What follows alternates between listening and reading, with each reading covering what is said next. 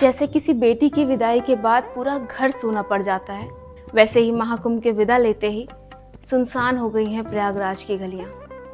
महाकुंभ ने कुछ ऐसी छाप छोड़ी है कि घर से निकलते ही कुछ कमी सी खल रही है, क्योंकि अब आकर कोई संगम जाने का रास्ता ही नहीं पूछ रहा। एक तरफ जहां पूरी दुनिया में प्रयागराज का नाम गूंज उठा, वहीं दूसरी तरफ इंसान के रूप में राक्षस महाकुंभ खत्म होने के बाद भी गंध फैलाने से बाज नहीं आ रहे। ध्रुव जैसे हिंदू धर्म के नाम पर धब्बा लोग माँ गंगा को मैली करार देने पर तुले हुए हैं। जैसा कि किसी ने कहा था कि महाकुंभ में जिसने जो तलाशा उसे वही मिला। गिद्धों को सिर्फ लाशें मिली, सफाई कर्मियों को गंदगी मिली, लेकिन संवेदनशील लोगों को रिश्तों की खूबसूरत तस्वीरें दिखी। आस्थावान को पुण्य मिला और जिज्ञासुओं को अनगिनत कहानियां। ऐसी ही कई कहानियां मुझे भी मिली। अब देखिए ना, जो नहीं आए उन्हें माँ गंगा मैली लगी और उनका जल दूषित लगा, लेकिन जो 63 करोड़ श्रद्धालु स्नान करके गए उन्हें वही जल अमृत लगा।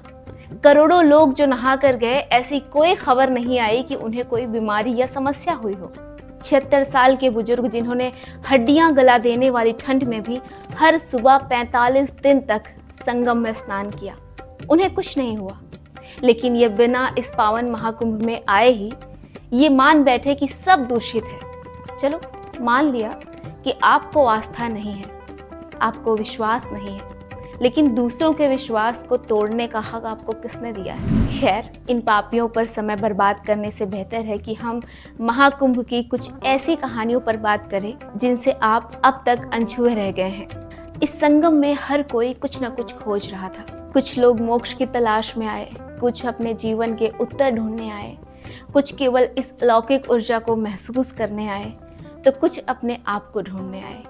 लेकिन आपने नहीं बताया कि क्या आपने खुद को पाया। आज हम आपको महाकुंभ की कुछ ऐसी बातें बताएंगे, कुछ ऐसे सच दिखाएंगे जो आपसे शायद वहां जाकर भी अनदेखा रह गया है। महाकुंभ की कुछ अनकही कहानियां। हमने श्रद्धालुओं को संगम से जल ले जाते देखा ताकि वो अपने परिवार और प्रियजनों को वो सुख महसूस करा सकें जो वो खुद महसूस कर रहे थे।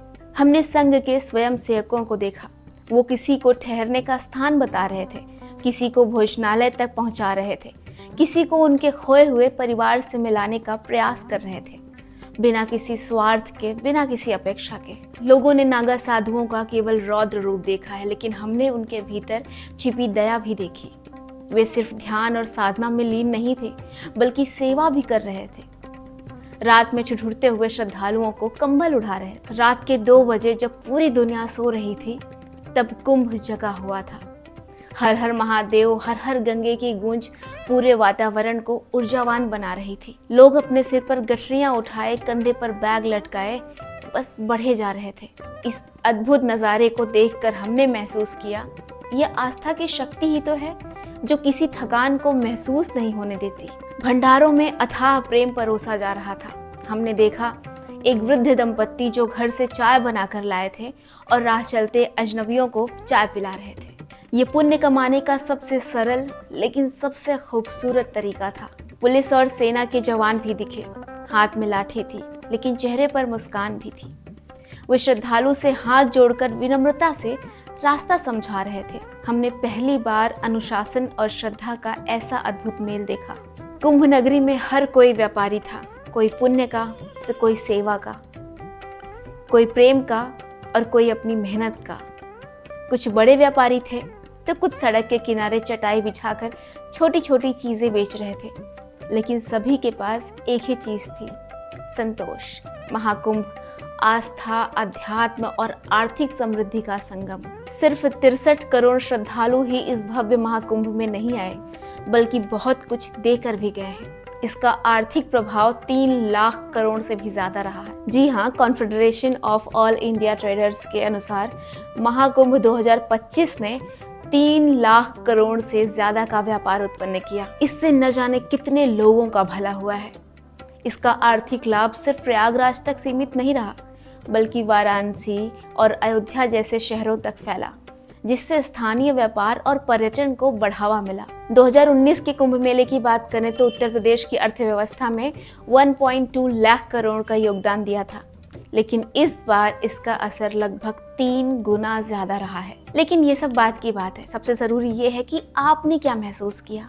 ऐसी न जाने कितनी कहानियाँ छिपी थी इस भव्य महाकुंभ में। अगर आपके आसपास का कोई महाकुंभ होकर आया हो तो उससे एक सवाल ज़रूर पूछिएगा कि उसने क्या महसूस किया इस महाकुंभ में। महाकुंभ सिर्फ एक धार्मिक मेला नहीं, ये जीवन का सार है। यहाँ से हर कोई कुछ न कुछ लेकर जाता है, कोई पुण्य, कोई आस्था, कोई ऊर्जा, कोई सिर्फ यादें। लेकिन जो भी जाता है वो पहले जैसा तो नहीं रहता। अगर आप भी महाकुंभ होकर गए हैं तो कमेंट बॉक्स में हमें अपना एक्सपीरियंस ज़रूर बताइएगा। तो अगर आपको ये वीडियो अच्छी लगी हो तो इसे लाइक शेयर करना ना भूलें और ऐसी ही और वीडियोस के लिए हमारे चैनल को सब्सक्राइब करें। जय हिंद, हर हर गंगे।